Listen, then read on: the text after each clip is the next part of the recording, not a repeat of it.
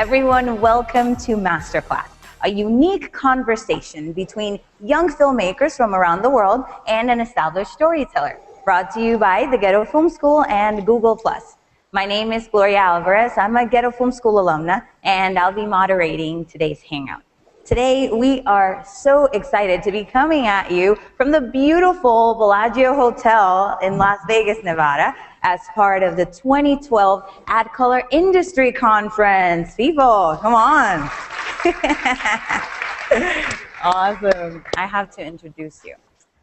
And let me tell you something, this wasn't easy. We know we have to keep to the program, and this is all timed, and I have to reduce your career to a 1-minute blurb. It wasn't easy at all. Jimmy is a celebrated creative director, and he's done amazing work at some of the world's leading agencies, including BBDNO, our partner and friends at Wieden & Kennedy, and also TVWA, where you were in charge of rebranding Gatorade to G.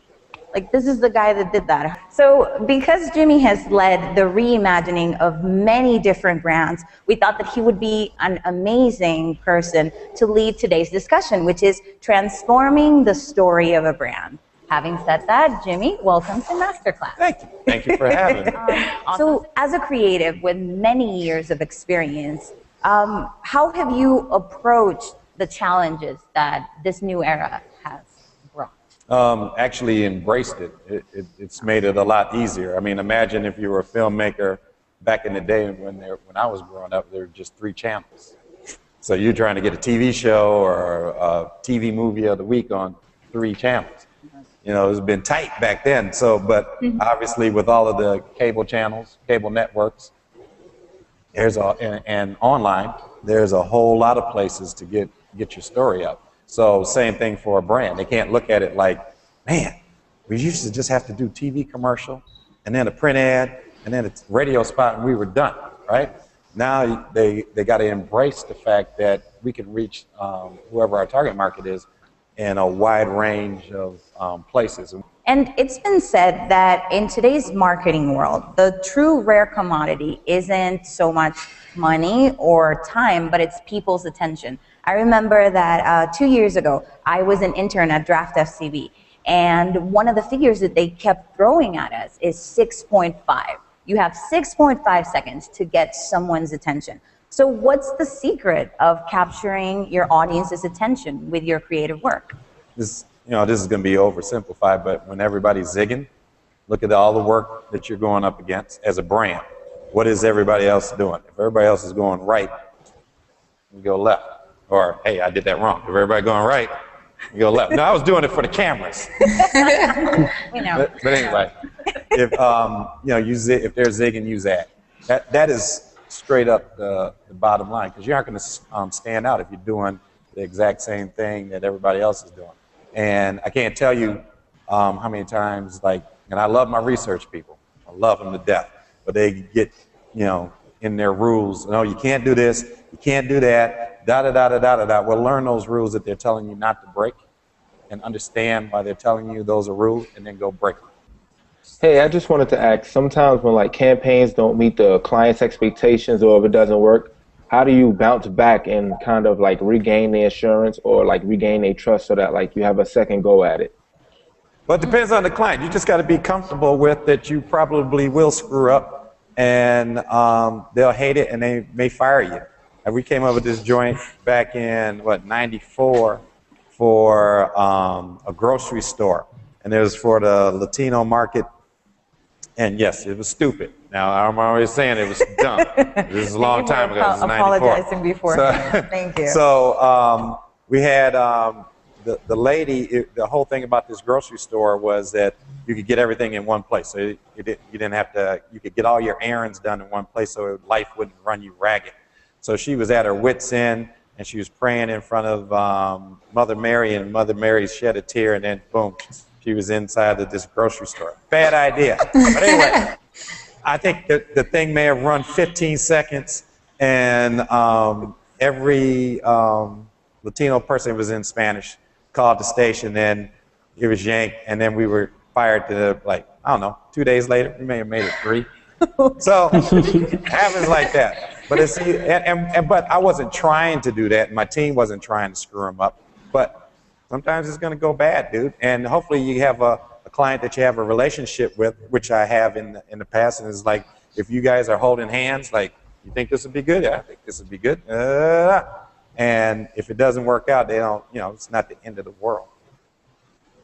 And all of that makes me think of this new term, transmedia. It seems that this word is everywhere, and most of the time it's like centered around amusement park.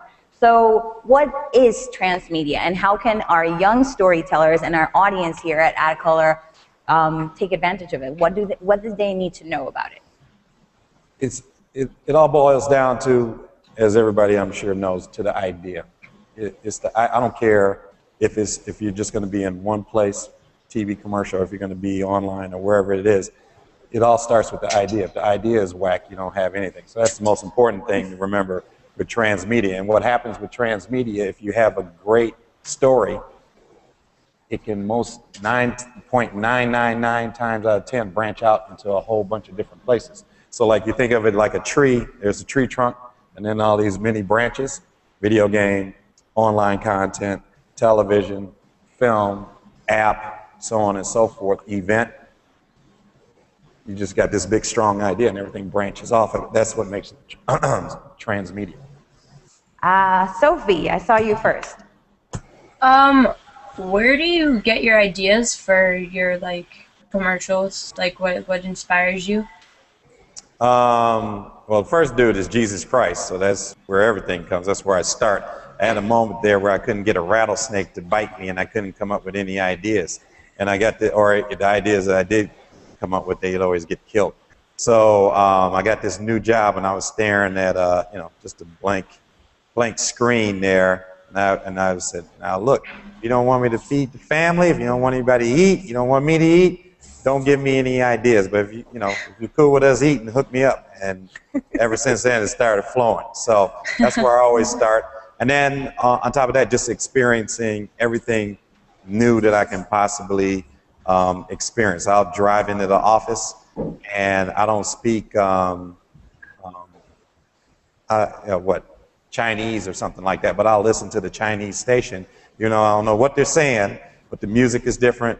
Obviously, the cadence is different, and that's just activating a different part of the brain, and it's just activating a different part of the brain. I'm right-handed. I'll brush my teeth left-handed, so that gets I do all the little quirky stuff. So no matter how quirky something may sound, anything that can stimulate something different, I'll go to a play that I know I'm going to hate, but it's a different type of groove, just to hit that, get something different out of it. So, and then along through life, always, like when people talk, how's that person talk? And then when I got to write a script or something, I remember that dude you were sitting next to when you're on the subway, or you heard that person at the store. So I'm always eavesdropping. Seriously. That's awesome. So you got to be a little weird that way. That's great. So we do have some questions that came in through Twitter. And the first one, Jimmy says, Jimmy, I read your bio in the AdColor program. How did the TV show Bewitched inspire you to get into advertising? You must haven't watched the show. No, Darren Stevens, Samantha Stevens was a witch, and her husband was Darren Stevens, and Darren Stevens was in advertising, and Larry Tate was his boss, also in advertising. So my parents kept bugging the crap out of me to have a backup plan in case I don't make it as a NBA player. So Bewitched, a rerun of Bewitched was on, and I said, aha, he's got a big house, he's got a pretty wife, and he doesn't look like he works that hard, so I'll do that. The lie was he didn't work too hard, but like I said, I have fun, so it doesn't feel like work. So.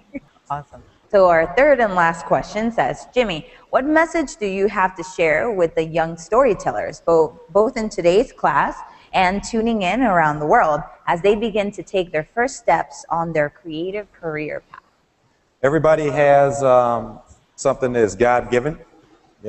that story, if you're a storyteller that, you know, God has given you to tell, and you stay true to that story. You don't let anybody tell you, knock you off the train track or whatever that is that's unique and special to you, because how you tell a story is going to be totally different than how I would tell it, how you would tell it, and that's like your fingerprint, your stamp. So find out as quickly as you can who you are as a person, what you're about, what you're here to do, and stay true to that. And because it's unique, because your story is going to be different from everybody else's, there are going to be a lot of people tell you, no, no, no, no, no, do it this way, do it that way. And I'll tell you, no, no, no, no. Stay true to yourself and do what you were put here to do. Do what type of stories you were here to tell. So thank you so much, Jimmy. Thank you for that awesome message, and thank you for joining us today. With that, our class has come to an end. Thank you, Jimmy, for joining us. Thanks for having me. Everyone, let's give him a round of applause. A round of virtual applause, too. Awesome. So thank you, everyone, for joining us in this latest edition of the GFS Masterclass. If you want to find out more information about what we do, go to ghettofilm.org. Thank you, and see you next class. Bye-bye.